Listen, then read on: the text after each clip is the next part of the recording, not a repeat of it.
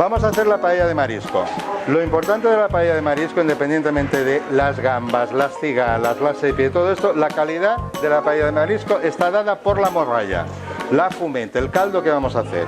Vamos a poner cebolla, tomate, vamos a sofreírlo, le echaremos el pescado y esto vamos a hacer una fumet, un caldo.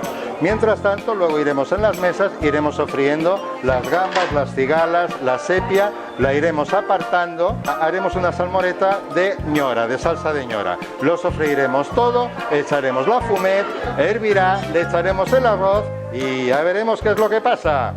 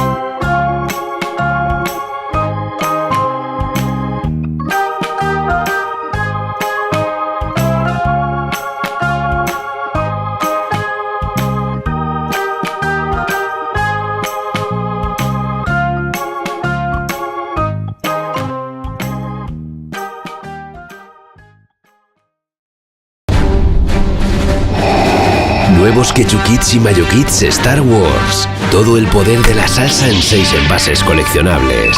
Diviértete con ellos. Entra en chubikits.es y descubre cómo ganar viajes alucinantes. Pon rumbo a la fantasía. Chubikits, sabrosa diversión.